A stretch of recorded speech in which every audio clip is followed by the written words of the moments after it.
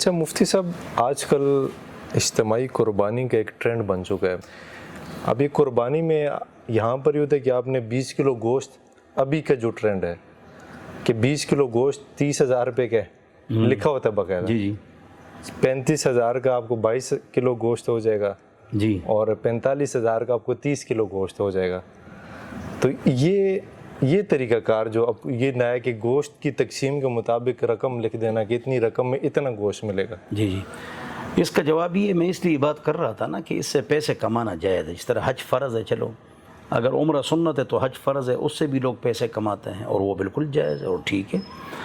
لیکن یہ جو آپ نے بتائی، یہ میٹرو والے بھی اس طرح کرتے ہیں.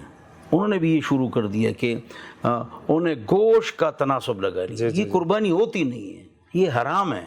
میں یہی پوچھنا چاہتا ہاں، اس لیے نہیں ہوتی کہ آپ نے کہہ دیا کہ بھائی اتنا گوشت آپ کو ملے گا، تو اس کا جواب یہ ہے کہ سب کو اتنا ملے گا.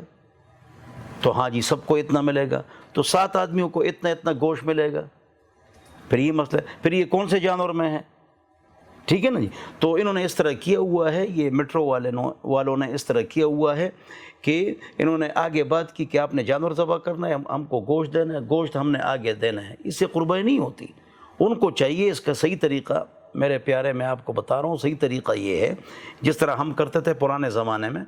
تو بیل اور گائے اور بھینس وغیرہ، تو اس پر نمبر لگا لیا جائے. یہ بیل نمبر 1 ہے، تو اس کا پتہ ہی نہیں چلتا ہے. یہ آپ کا سوال اچھا ہے کہ 30 کلو گوشت آپ کو ملے گا، پتہ کیسے چل گیا پہلے سے؟ اچھا بالفرض صبر کریں تو بیل پر نام لکھا جائے، نمبر 1 بیل، دوسرا بیل، یا تیسری گائے آ گئی، چوتھا بھینسا ہے مثلا، اس طرح. تو اس پر نمبر لکھیں گے. اس کے بعد کہیں گے کہ جو لوگ ہمارے پاس آ رہے ہیں، تو یہ جو پہلا بیل ہے یہ شروع کے 7 افراد کا ہے، تو اس پر بیل نمبر 1 اس میں یہ افراد، پھر بیل نمبر 2 اس میں یہ افراد.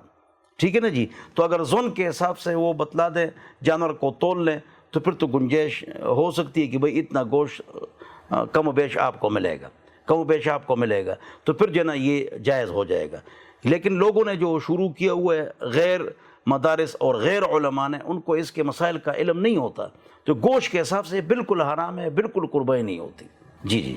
اچھا مفتی صاحب، اس میں ایک چیز اور یہ ہے کہ جیسے کہ جو حصہ مقرر کر دیا انہوں نے، اب اس میں جانور کم قیمت میں لے آتے ہیں اکثر احباب، اور کم قیمت میں لا کر پھر اس کو یا تو یہاں پہ لا کے اس کو فروخت کرتے ہیں اور وہ اجتماعی قربانی کی شکل اس کو دے دیتے ہیں. یہ نہیں کہ یہ حصے والا حساب ہوتا ہے، یا تو اس میں وہ یہ ترتیب کرتے ہیں کہ اس میں 40,000 30,000 رکھ کے یہ حصہ، اس میں سے پھر مارجن بیچ میں نکالتے ہیں، یعنی کہ 25,000 روپیہ اس میں ہو گیا، 10,000 فی حصہ ہمارا حصہ ہو گیا، یہ ہماری اپنی محنت ہے. تو اس میں جو پیسے رکھ کر کمانا، اس کو کاروبار کرنا، وہ کیا جائز ہے؟ ہاں یہ جائز ہے نا، پہلے سے بتایا تو جائز ہے. ہم سروسز چارجز اتنے لیں گے، یہ جائز ہے. ہم کیا کرتے تھے، ہم پیسے لیتے تھے مثلا 25,000، پھر ہم نے سب کچھ کر لیا. وہ قصاب کو بلایا، ان کو رکھا، پیٹرول کا خرچہ اور سارے خرچے وغیرہ، کہ آپ کے حصے میں سے اتنے پیسے بچ گئے. ٹھیک ہے، اتنے بچ گئے. اب ہم آپ کو کس طرح واپس کریں؟ صاف بات ہے، ہم اس کو یہ بتاتے تھے کہ اگر یہ مدرسے کے لیے آپ دے دیں تو آپ کی مہربانی ہوگی. تو بلکہ تمام یہ کہتے ہیں کہ ہم راضی، بس ٹھیک ہے، مدرسے کے لیے ٹھیک ہے.